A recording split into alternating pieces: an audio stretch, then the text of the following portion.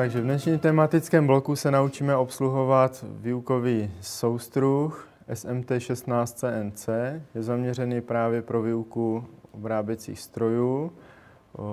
Je přizpůsoben pouze pro cvičné obrábění, není to žádné těžké hrubování, takže nic těžkého tady nezvládneme.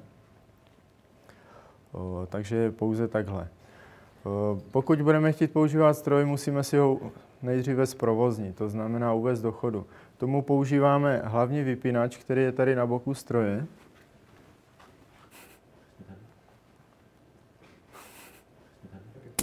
Takže dáme do polohy zapnuto.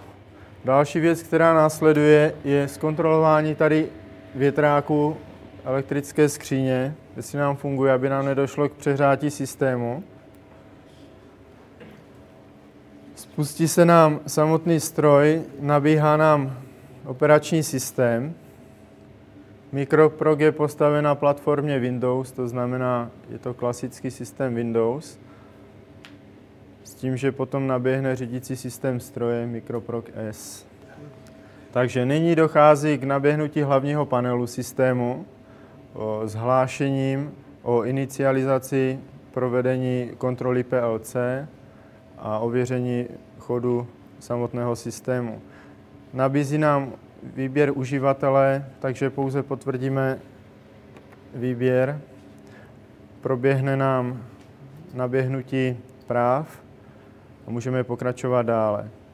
Že s řídícím systémem už jsme se seznámili, to znamená, nemusím dlouze vysvětlovat, pouze pro opakování potvrdíme tlačítkem Enter, nabíháme do archivu programu, kde můžeme volit přímo program, který chceme buď to už vytvářet, nebo si ho teprve připravíme.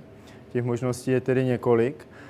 Pokud už je program vytvořený, pouze ho založíme a můžeme ho používat. Pokud ho máme, dejme tomu na USB disku, to znamená, programovali jsme ho externě, zavedeme USB disk do sdířky, která je zde,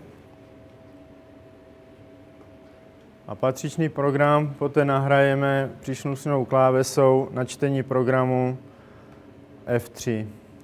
Jo, po načtení programu se nám nahraje do adresářové struktury. Takže to byla ta další možnost. Pokud budeme vytvářet, zakládáme nový program klávesou F10. My to nyní provádět nebudeme, takže pouze vybereme program, který už můžeme použít. Volím program trn číslo 1, potvrdím Entrem, načte se mi automatický editor. Pokud chci zkontrolovat tvar, který mi proběhne daným programem, volím simulaci tlačítkem F9 a kontroluju potom zadaný program osimulováním. Spouštím tlačítkem Enter.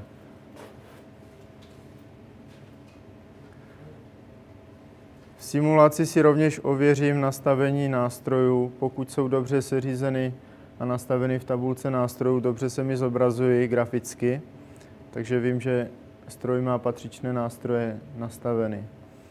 Pokud ne, musí se provést nastavení nástrojů.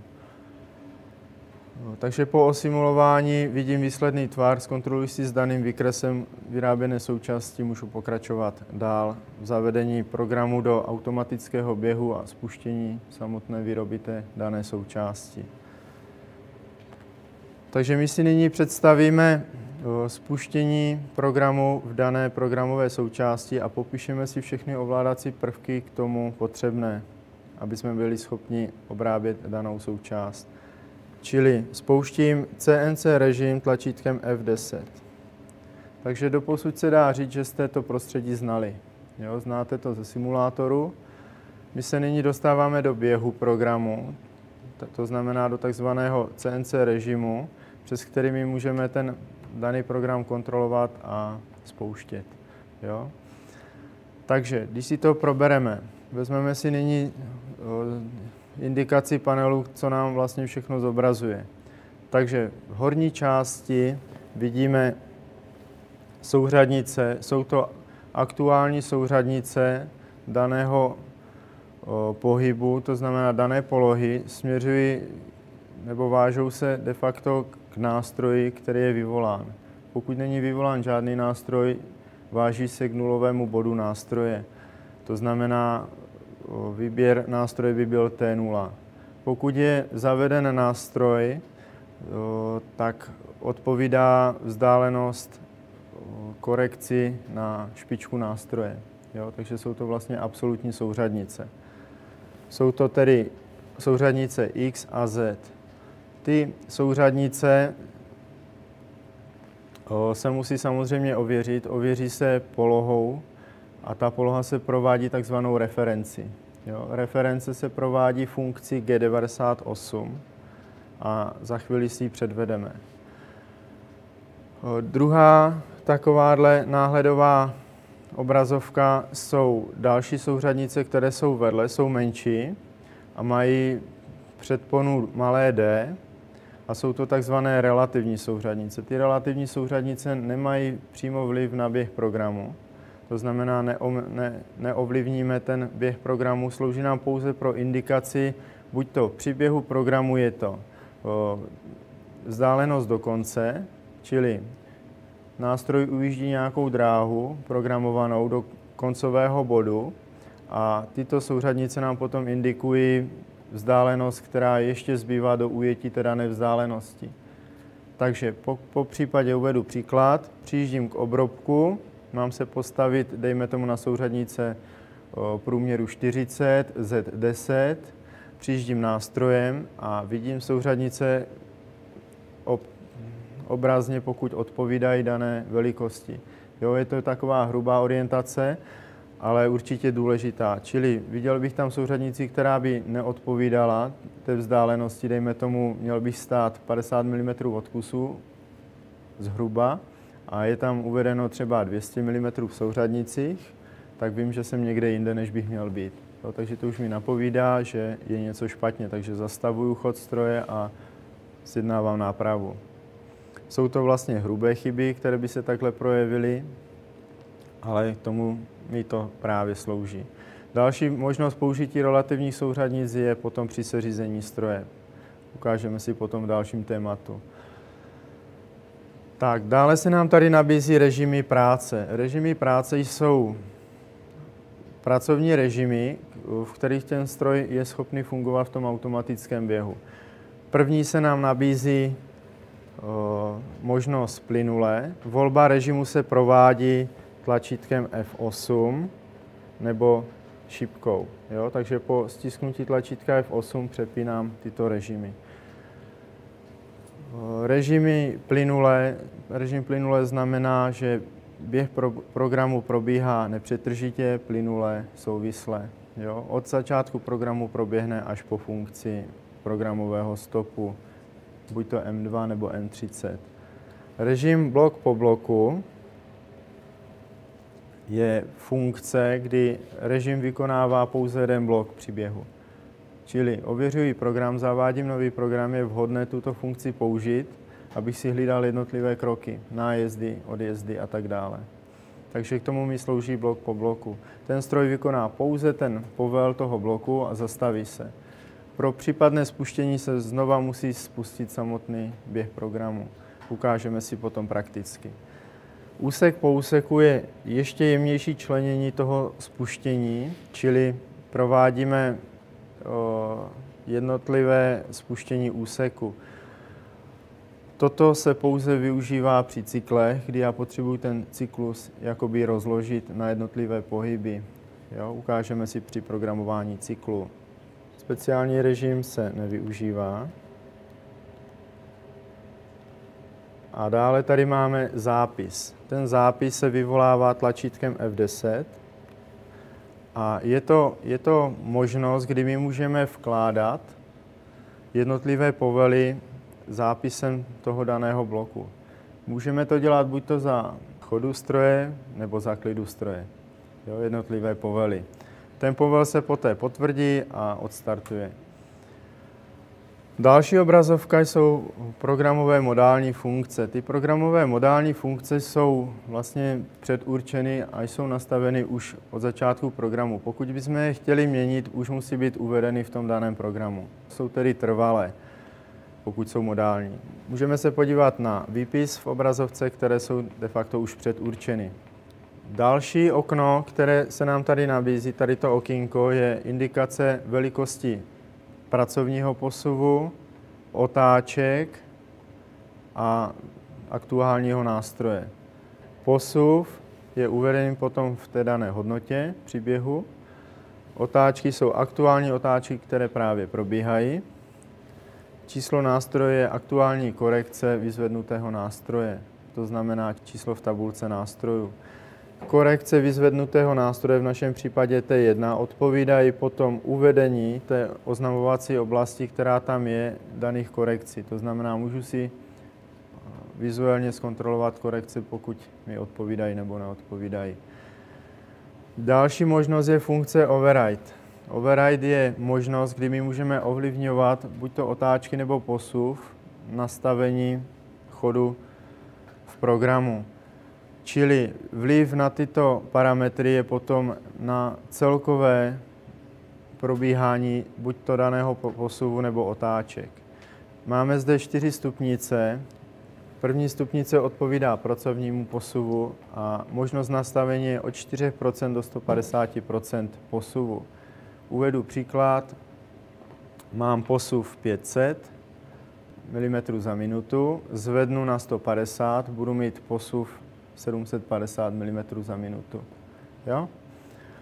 Ta funkce se potom změní tlačítky, můžu použít i myšku, přepnu si daný override a směrovými šipkami potom určuji polohu. Další možnost je potom funkce otáček, je to stupnice dole, takže zase procentuálně ovlivňuji otáčky.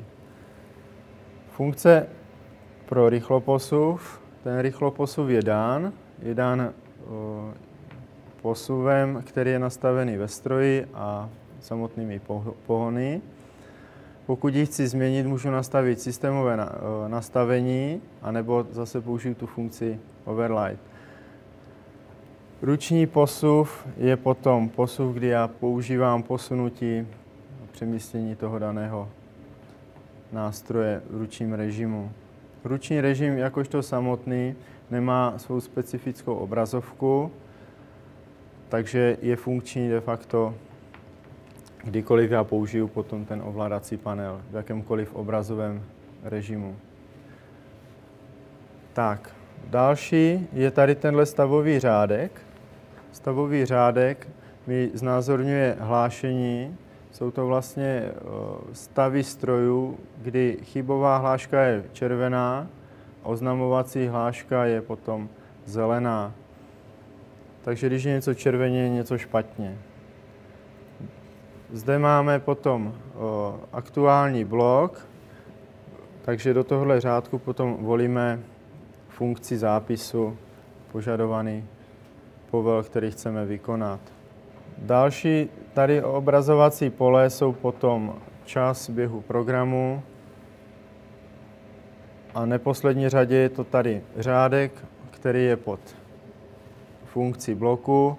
Je to vlastně informativní oznamovací oblast pro název zavedeného programu a tak dále. Poslední okno, které zde máme, je okno běhu programu. Zvýrazněný řádek mi potom ukazuje aktuální blok, který zrovna probíhá při čtení programu.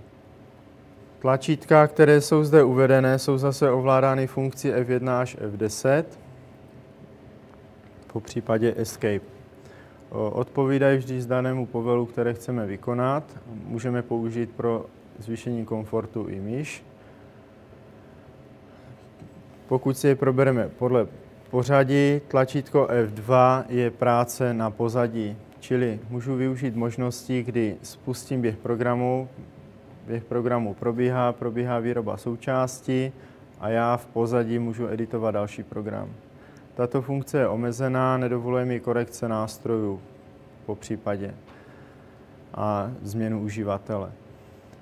Další možnost je zápis souřadnic, čili potřebuji změnit souřadnice, musím si vybrat aktuální souřadnice a zde provádím změnu. V potaz na soustruhu přichází pouze změna souřadnic osy Z, která je délková. Průměrovou osu určitě měnit nebudu, protože je střed rotace. Čili musíme provést výběr té dané osy, provádíme tlačítkem F6 volba osy, začne se mi vybírat patřičná osa. Pokud potřebuji provést změnu, zmáčkneme tlačítko zápis souřadnic F3 a zadanou hodnotu uvedeme do stavového řádku. Takže napíšeme, dejme tomu Z50 a potvrdíme tlačítkem Enter. Hodnota se mi změní. Další možnost, která tady je nastavení technologie, slouží potom do strojních parametrů. Tam doporučuji nevstupovat, pouze zkušeným uživatelům. Možnost tlačítka F5 mi vynulovává relativní souřadnice. Jo? Takže pokud potřebuji snulovat, zmáčknu tlačítko relativní, ono mi je snuluje. Nemají vliv zase na absolutní souřadnice, jsou pouze orientační. Tlačítko F7, tabulka nástrojů, mě uvede do režimu tabulky nástrojů pro korekce nástrojů. Tlačítkem Escape se vrátím opět zpět. Tlačítko F8 je volba režimu, takže přepínám režim, v kterém chci zrovna řídit program. Tlačítko Reset programu se používá potom pro resetování buď to oznamovacích zpráv, které jsou chybové hlášení, anebo ukončení programu a resetování na začátek programu. To de facto vymazání paměti, která tam je, která právě probíhá. Doporučuje se vždycky před spuštěním samotného programu vždycky zmáčknout tlačítko Reset. Tak, zápis bloků jsme si představili, takže tlačítkem F10 zapisujeme daný blok. Můžeme si předvést, vykonáme pohyb, ale až potom následně. Ještě než provedeme oživení samotného systému, tak musíme si ten systém oživit. Ten systém se oživí tím způsobem, že zapneme silovou část stroje. Protočíme havarijní vypínač a tlačítkem zeleným spouštíme silovou část stroje. V tuto chvíli nám nabíhají pohony a my jsme schopni pohybovat tím daným strojem. Tak, tlačítkem opět červeným silovou část vypínám. Čili programuju, jo, nepotřebuju pohybovat strojem, vypínám silovou část, šetřím stroj, potřebuju obrábět, zapínám silovou část. Takže nyní jsme si představili indikaci, která nám probíhá na obrazovce. Souvisí s tím tedy ovládací klávesnice. Potom tady máme panel, který nám slouží potom pro ovládání samotných silových částí stroje. Jo? Takže když si to probereme, máme tady central stop, jo? Takže odstavíme při havarijním stavu nebo po případě nouzovém stavu celý systém z běhu, spuštění a vypnutí silové části stroje. Poté tady máme tlačítka pro indikaci silové části stroje, poté je tady spuštění běhu programu a vypnutí běhu programu. Dále tady máme skupinu tlačítek, z níž první tlačítko odpovídá spuštění vřetené, čili potřebuji vykonat spuštění vřetené. Tlačítkem doprava roztáčím vřeteno funkci M3, která se mi i zobrazuje na informativním panelu z velikosti otáček, která je právě navolena. Dalším stiskáváním přidávám otáčky na požadovanou hodnotu. Pokud chci požadovanou hodnotu snížit, mačkám tlačítko zpětné, čili otáčky doleva, tím se mi snižují. Pokud chci provést stop otáčkám, zmáčknu tlačítko stop. Druhý příklad, chci opačné otáčky, musím volbu provést opačně, začnu tlačítkem otáčky na druhou stranu a otáčky se mi rozjíždí. Pokud chci pokles, znova přimačkávám tlačítko opačné. Jo? Takže tímhle způsobem se potom ovládají otáčky v ručním režimu. Dvě tlačítka uvedené tady pod těma zbývajícíma jsou pouze tlačítka rezerv, jo? Nejsou používána. Další tlačítka, které tady máme, jsou směrové šipky, které odpovídají relativnímu pohybu nástroje. Čili použiju šipku, pokud zmáčknu, tak každé zmáčknutí odpovídá jednomu inkrementu a inkrement odpovídá potom nastavení stroje. Může to být od 500 až po 1000. Zase záleží na tom, jaký máme interpolátor, jak je nastavený a jak je zpřevodovaný mechanicky na ten pohyb. Takže v našem případě nám to odpovídá 2000. Pohyb teda je relativní, čili pokud se budeme dívat na support, tak odpovídá pohyb běhu té dané šipky. V našem případě x minus, x plus, z minus, z plus. Takže přimačkáváním jedu jednotlivý inkrement, podržením se mi rozjede stroj na nastavenou hodnotu, která je dána. Pokud potřebuji použít funkci rychloposuvu, zmáčknu směrovou šipku, doporučuji zkoušet vždycky při odjezdu, ne při příjezdu, aby nedošlo ke kolizi. Zmáčknu šipku daného směru a přidržím vlnovku. A vlnovka mi potom ovlivní chod na rychloposuv. Pokud potřebuji při seřízení upravit velikost toho posuvu, to znamená ručního posuvu, musím se přepnout do funkci override. Šipkami doleva stáhnu na požadovanou hodnotu. Ta hodnota odpovídá potom milimetrům za minutu. A aby došlo k načtení, musí se provést změna tlačítkem F9 reset programu. Ano, v tuto chvíli se mi změní pohyb toho rychloposuvu. Jo, a odpovídá posuvu v našem příkladu 660 mm za minutu. Tak, po případě, pokud chceme vrátit zpět, znovu musí být vybrána override dané možnosti tlačítkem reset. Provedeme změnu. Opět bude odpovídat rychloposuvu. Takže to jsou potom veškerá ovládací tlačítka, které my tady máme k dispozici. Není jich mnoho, je to takové strohé, pro nás velice dobré pro přehlednost. Jo? Těch funkcí může být potom daleko víc. U těch průmyslových strojů je toho samozřejmě víc. My jsme si oživili nyní systém a oživili jsme si pohony. Musíme nyní provést takzvané reference daných os, aby jsme si ověřili polohu absolutních souřadnic vůči stroji. Ty absolutní souřadnice se při vypnutí stroje nemažou, ty zůstávají, ale je dobré vždycky ověřovat. Doporučuje se to vždy před každým spuštěním nového programu, protože i výpočtovýma interpolacemi kruhovýma může dojít k odchylkám. Jo. Tento stroj nemá zpětnou vazbu, čili při větším řezném odporu, pokud bychom to, jak se říká, přepálili, tak může zase dojít k posunu těch os a my si toho ani nevšimneme. Jo. Ten stroj nám to nevyhodnotí jako chybu. Čili vyrobím součást, zjistím, že je třeba o 0,2 delší, než měla být. Nemusí to být vždy najetím špatně toho nástroje, ale může to být právě tím vzniklým řezným odporem. Čili ten stroj nemá zpětnou vazbu. Nám nevyhodnocuje to, jestli ta souřadnice odpovídá skutečnosti nebo ne. Takže z toho důvodu je dobré vždy tu referenci provést. Reference se provádí následujícím způsobem. Buď to ji vyvolám v programu, který je zeditován, anebo můžu použít zápis bloku, funkci F10 a píšu funkci G98 na klávesnici, potvrdím zápis tlačítkem Enter a stroj mi potom napíše, že start je připraven. Nyní zapínám čtení programu zeleným tlačítkem. Vykonává se nám nyní reference. Ta reference je postupná, vykonává se v ose X plus a Z minus.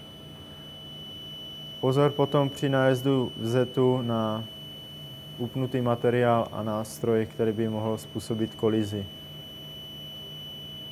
Nyní se provádí najetí na koncové spínače, kdy si systém přiřadí sám hodnoty k nulovému bodu stroji v daných polohách. Čili najde na koncový spínač, odjede zpět milimetr a přiřadí hodnotu, kterou má uvedenou v seřizování, to znamená ve strojních konstantách. Nyní si ověřil polohu, takže aktuální souřadnice nám odpovídají skutečnosti. Jo? Provedli jsme sjednocení mechanické a výpočtové části. Tak, představíme si mechanické části samotného stroje. Takže máme zde ochranný kryt. Ten kryt nás chrání před odletajícími předměty a třískami. Máme zde koncový spínač, který nám detekuje zavření a otevření toho pracovního prostoru stroje. Při běhu programu ten pracovní prostor stroje musí být uzavřen. Používá se pouze při seřizování toho stroje. Dále je zde zdířka na sondu nástrojovou, která není obsažena v naší výbavě. Dále je zde možnost připojení chladicí kapaliny, není obsažena v naší výbavě. Poté vidíme support s nástrojovou hlavou,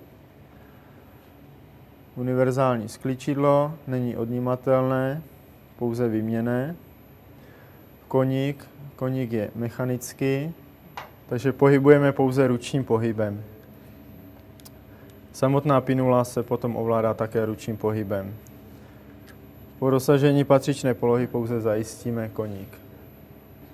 Takže máme zde vedení, které je šikmé. Zajišťuje nám to tady tyhle vodicí plochy. Je vhodné svou konstrukci tím, že špony, které dopadají na toto vedení, nám snáze odcházejí potom dolů. Samotný stroj se před použitím promazává. Jsou zde maznice pro lineární vedení. Jedna je zde, druhá je potom z druhé strany tady nahoře. Takže promazáváme, nemá to automatické mazání, provádí se to pouze ručně. Nástroje se zakládají do nožové hlavy. Bližší seřízení nástrojů a upínání si představíme v dalším tématu. Pouze obrazně založím do prismatické drážky a utáhnu nástroj do pracovní polohy. Nástroj, který je upnut, musí vždy odpovídat programově vyvolanému nástroji číslu, které je uvedeno potom v té zobrazovací oblasti, aby nedošlo ke kolizi. To znamená, musí být načteny aktuální korekce daného nástroje. Nyní si předvedeme fungování celého systému a ovládání na výrobě jednoduché součásti. Takže upínáme obrobek. Sklíčidlo je opět mechanické, tříčelisťové. Provádí se ručně upnutí. Takže procvičíme si pohyby ovládání ručního režimu na stroji. Takže musíme si oživit daný stroj tlačítkem zeleným, ano. Tak, je oživen. Zmáčkneme tlačítko Reset, protože nám svítí chybové hlášení, takže F9 a vyresetujeme. Tak, jsme připraveni, jsme v zeleném oznamovacím poli, takže všechno je v pořádku. Nyní můžeme procvičit pohyby toho stroje tlačítky směrovými, které odpovídají pohybům toho supportu, takže aby nedošlo ke kolizi, jak vidíme support, tak se nám potom pohybuje ve směru daný šípek. Takže můžeme vyzkoušet při zmáčknutí.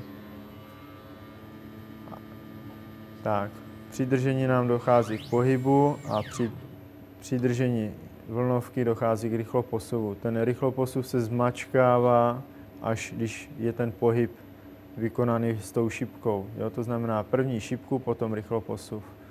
Pokud chceme krokovat, to znamená o jeden inkrement, tak zmáčkneme tu šipku pouze jednou. Jo? Slouží to třeba při seřízení nástroje, jo? Nebo odlazení nulových bodů, jakožto takových. Po případě, kdyby najelo na koncové spínače, které nám tady detekují rozjezdy toho stroje, tak stroj se zastaví a my v ručním režimu odjedeme opačným směrem. Jo? Není to indikováno jako nabourání stroje, je to pouze přerušení toho pohybu. Zkusíme si vyzkoušet otáčení vřetené, takže spustíme si otáčky doprava, funkci M3. Nyní máme detekováno otáčky 0, funkce M5 je zastavení otáčení. Takže ano, správně. Pokud chceme přidat otáčky, tak opět přimačkáváme. Pokud chceme ubrat otáčky, tak použijeme opačné tlačítko. Pokud chceme zastavit otáčky, funkci stop. Takže to je z toho ručního ovládání toho stroje všecko. Pokud chceme spustit běh programu, které použijeme tlačítko zelené. Pokud chceme zastavit běh programu, použijeme červené. Při běhu programu funkce červeného tlačítka tohodle znamená pouze konec čtení programu.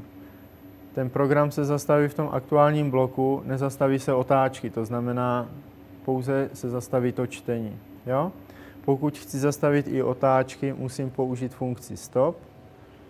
Jo? Takže to je potom pro to přerušení. Samozřejmě to přerušení můžu dělat 3 způsoby, buď to tímhle popisovaným prvním způsobem, který jsme zmínili, po případě vypnutím silové části, nebo v těch krajních případech vypnutím celého provozu toho stroje. Jo? K oživení zase dochází stejným postupem, jak už jsme si popisovali při oživení stroje. Pokud budu přerušovat program tlačítkem červeným, můžu ho znova rozjet. Pokud to udělám opačně, tlačítkem druhýma možnostma, už se mi to nepodaří. Jo? Musím znova oživit ten stroj a dochází tam k přerušení. Nebo můžu přerušit ještě jednou možností, a to je tlačítkem F9 reset programu. Přeruším program, chci ho opět spustit, mačkám zelený, ale pozor, tenhle systém není ošetřen tak, aby si automaticky roztáčel vřeteno. Takže se vám program rozjede, ale bez otáček. A ze soustruhu se vám stane obrážečka. Takže může velice rychle dojít k poníčení a nabourání. Takže v prvé řadě roztáčím otáčky na požadovanou hodnotu a poté teprve zmačkám tlačítko Start programu. Jo, je to takhle. Takže pozor na kolize. Takže my si nyní předvedeme spuštění programu a zahájení výroby součástí. Pokud ověřujeme nový program, který jsme právě vytvořili, doporučuji použít funkci blok po bloku, tak aby jsme si jednotlivé kroky hlídali. Pokud pouštím program, který je ověřený, jak výrobou, tak simulací, tak mohu pouštět program plynule. To znamená, celý program mi proběhne plynule. Tak můžeme provést plynule. Takže přepneme režim plynule. Program už běžel, je ověřený. My si pouze předvedeme spuštění toho stroje. Takže jsem v režimu plynule. Nyní, abych spustil stroj, vykonám reset programu. Tlačítkem F9, ano, správně. A můžu spustit běh toho stroje čtením programu zeleným tlačítkem.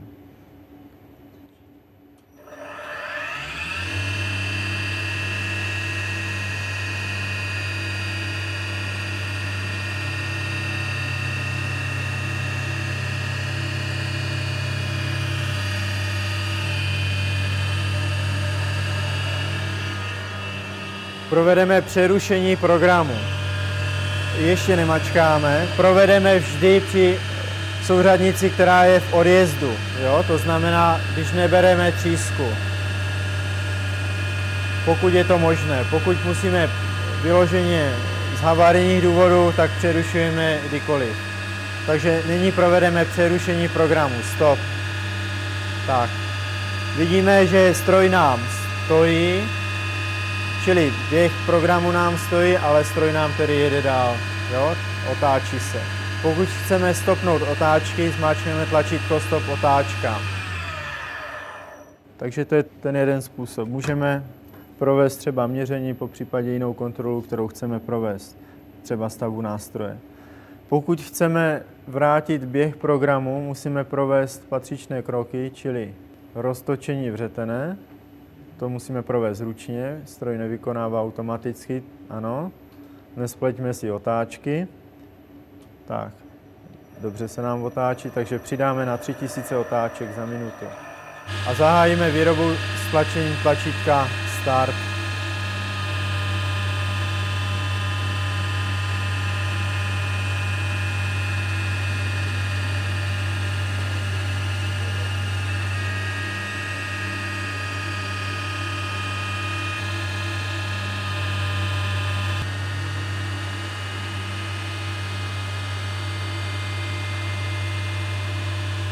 Tak nyní se nám vykonal blok programu, byl to cyklus a po vykonání toho bloku se nám zastavil běh programu.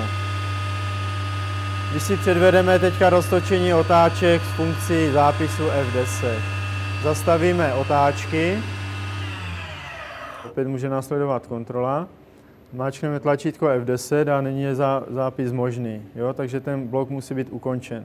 Když nám ten blok probíhá, tak není možný zápis. A zapíšeme funkci M3 a velikost otáček je 3000, takže adresa S 3000. Tak, potvrdíme tlačítkem Enter a dáme Start programu zeleným tlačítkem. Vykonal se nám zápis a nyní tlačítkem Start programu opět provedeme běh programu.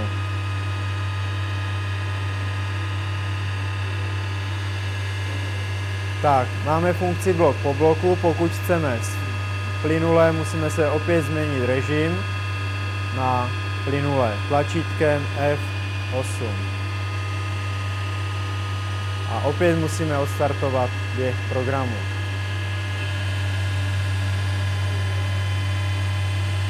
Vidíme, že program nám běží plynule. Při funkci blok po bloku program se vykonává v jednotlivých řádcích. My jsme v pracovním cyklu, pokud přepneme funkci blok po bloku, proveď, vidíme, že běh cyklu pokračuje, protože je napsán ten cyklus na jednom řádku, jednom bloku. Pokud bychom ho chtěli rozložit na jednotlivé pohyby, musíme zmáčknout funkci F8 a přepnout se na úsek po úseku. Zmáčkni. Nyní jsme ve funkci úsek po úseku. Zastavil se nám cyklus a rozkládáme jednotlivé pohyby toho cyklu. Takže opětovným stlačením tlačítka Start, zelený, pohybujeme jednotlivýma pohybama toho cyklu.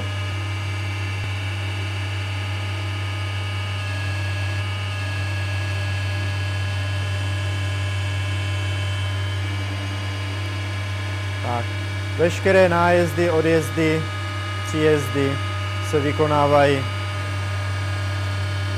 při stisknutí tlačítka.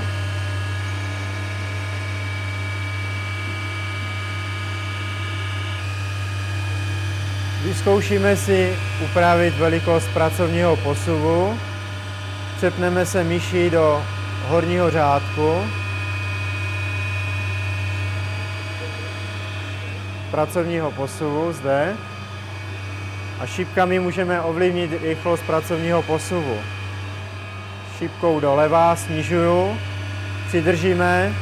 přidržíme, tak stačí. A vidíme, že jsme pracovní posuv snížili na 20 mm za minutu. Tím se nám celý chod toho programu zpomalil. Pokud chceme vrátit zpět hodnotu, opačným směrem přidáme na 100%. Podržíme tlačítko, ono se nám automaticky zastaví na 100, je tam taková nucená stopka a program se opět vrátil na hodnotu 500 mm za minutu.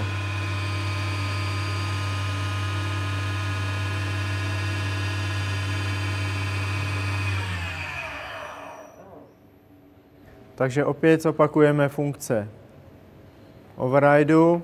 Je to pracovní posun v běhu programu, je to velikost otáček v programu, pokud měníme otáčky v zaběhu programu, musíme přes funkci zápis znova vyvolat funkci M3, aby došlo k načtení zaběhu programu. Jinak se nám ta změna neprovede. Posuvy ano, otáčky ne. Takže otáčky jsou podmíněné funkci M3 pro změnu. A funkce rychloposuvu je potom ten třetí řádek. To znamená, chci si stáhnout rychloposuv v zaběhu programu, ovlivním ten třetí override. Funkce toho čtvrtého je tedy při tom ručním rychloposuvu. Jo? Takže to jsme si zopakovali všechny ty overridy. Tak. Nyní se nám vykonala technologická operace, která připadala nástroju T1. A nyní nástroj vyzývá k založení nástroje číslo T2. Ta výměna není automatická, je ruční, to znamená, ten běh programu se přeruší, hodí se nám tady ta oznamovací oblast a my vyměníme ručně nástroj za T2. Čili otevřeme kryt stroje, založíme nástroj T2, utáhneme, zavřeme kryt stroje a potvrdíme výměnu nástroje s tlačením běhu programu. Tak.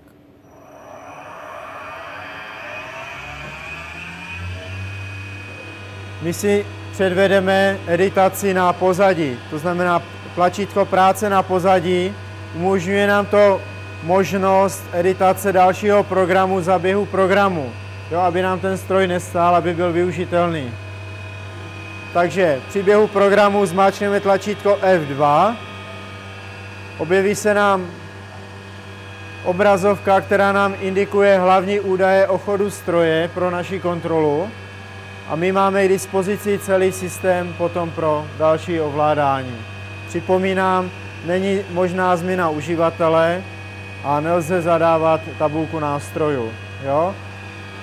Takže my v tuhle chvíli můžeme volit program pro editaci nebo vytvářet nové programy.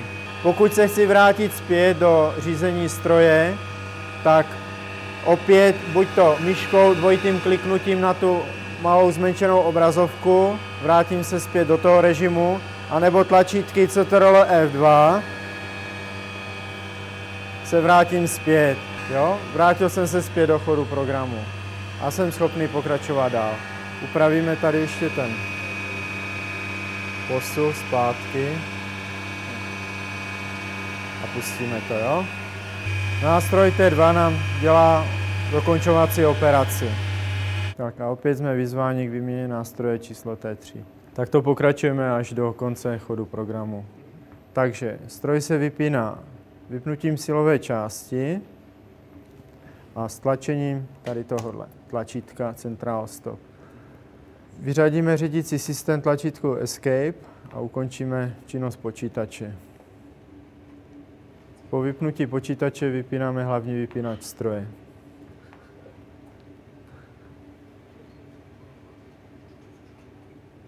Dobrý. A nyní si všechno zopakujeme. Zapínáme a oživujeme stroj. Zapínáme v první řadě hlavní vypínač. Nabíhá nám systém. Po zavedení systému potvrdím uživatele. Zavedu okno archiv, navolím program, po případě vytvořím. Ověřím program simulaci, spuštěním simulace.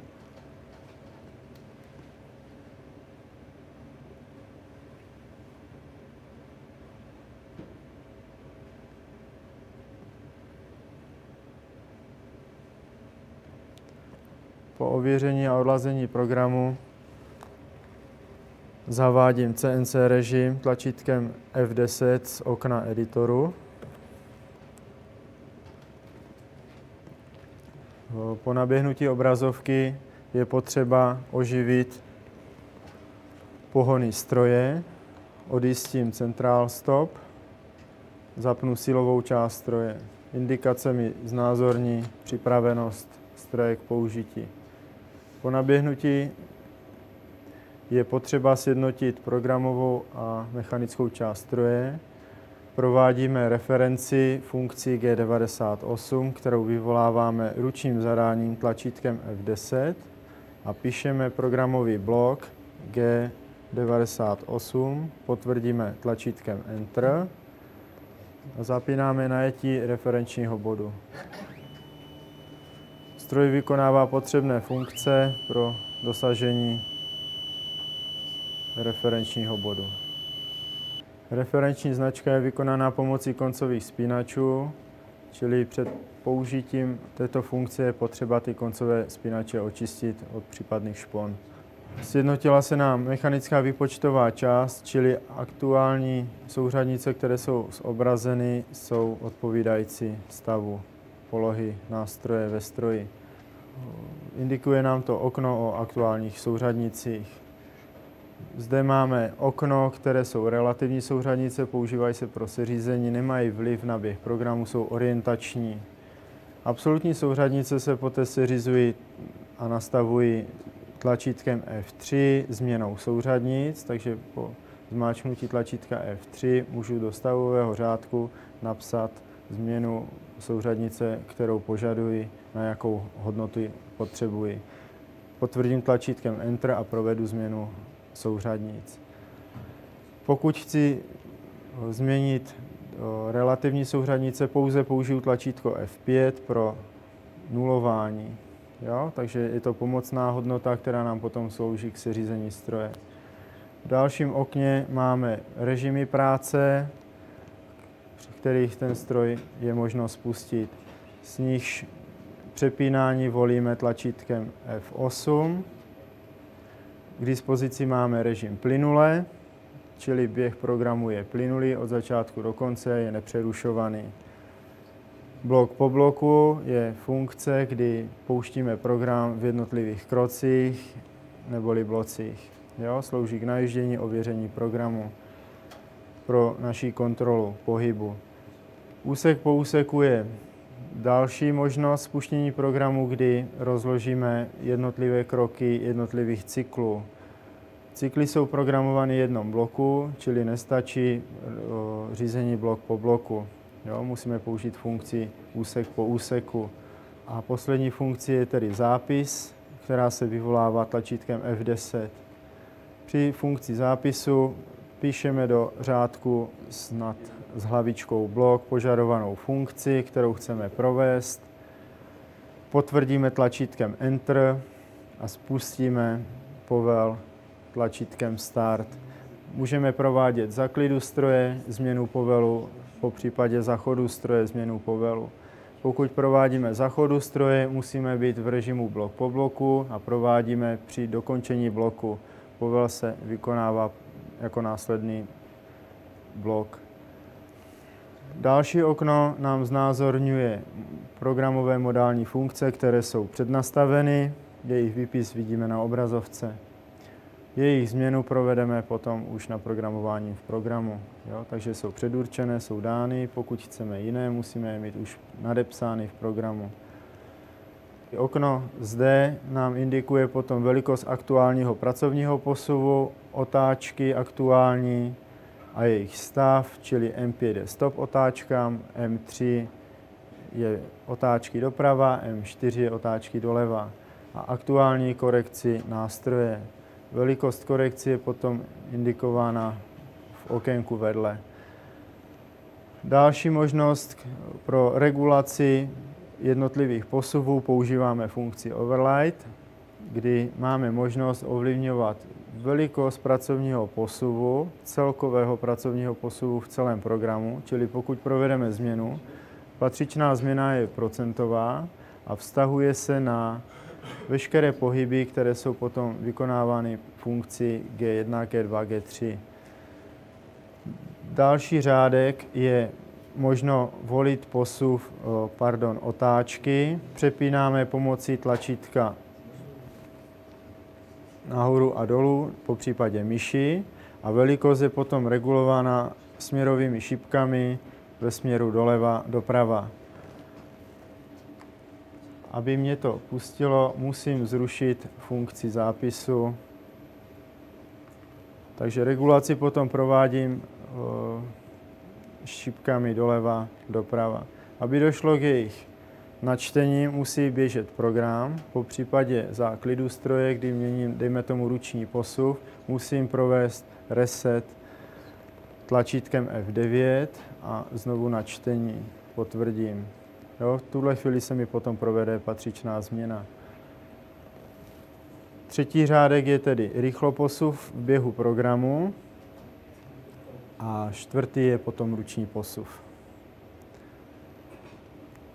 Stavová lišta, která nám oznamuje potom stav stroje, při zelené barvě je vše v pořádku, je připraven, při červené nám indikuje jiné hlášení, po případě závady na stroji. Zde je oznamovací oblast, je to informační řádek o informacích o programu, čili je tady název programu, počet bloků a další potřebné informace. Vedle hnedka vidíme okno s aktuálním časem běhu programu. Hlavní okno, které je zde dole, nám detekuje stav programu při spuštění. Hodnota aktuálního bloku, který právě probíhá, je vysvícen tady tímhle tmavším pruhem, aby jsme věděli, v kterém řádku zrovna se pohybujeme. Můžeme tedy kontrolovat kroky, které byly před i které budou následovat. Tlačítka, která jsou zde uvedená, se ovládají potom funkčními tlačítky Escape F1 až F10, potvrzujeme Entrem. Z CNC režimu máme rovněž přístup do tabulky nástrojů, kde provádíme seřízení a korekce nástrojů.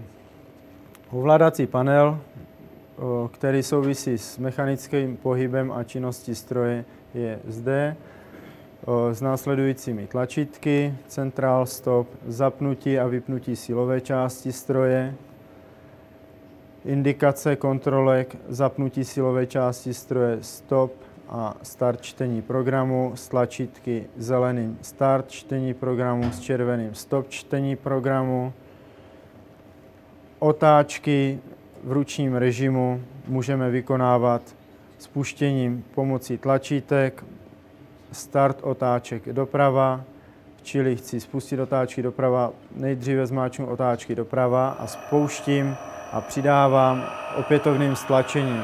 Pokud chci ubírat otáčky, stlačením opačné funkce otáčky ubírám. Pokud chci zastavit, zmáčknu tlačítko stop. Pokud chci roztočit ručním režimu otáčky na opačnou stranu, neboli funkci M4, zvolím tlačítko opačné, roztáčím na druhou stranu, druhým tlačítkem zase opačnou funkci stahuji otáčky dolů. Stopem opět vypínám. Tlačítka použitá zde jsou pouze rezervní, nejsou vyjádřeny. Pohyb, který chceme vykonávat, vykonáváme pomocí ručních tlačítek směrovými šipkami. Pohyb je relativní, čili vztahuje se k absolutní poloze supportu, nemá vliv tedy řízení nástroje vůči obrobku. Takže směrová šipka při stisknutí posouvá v dané ose, v daném směru o jeden inkrement, při držení se nám rozjede pomalým posuvem, který je dán strojními parametry. Pokud chceme použít funkci rychloposuvu, nejdříve zmáčkneme funkci pohybové funkce ve směru, který chceme vykonávat a přitlačíme tlačítko rychloposuvu daného směru.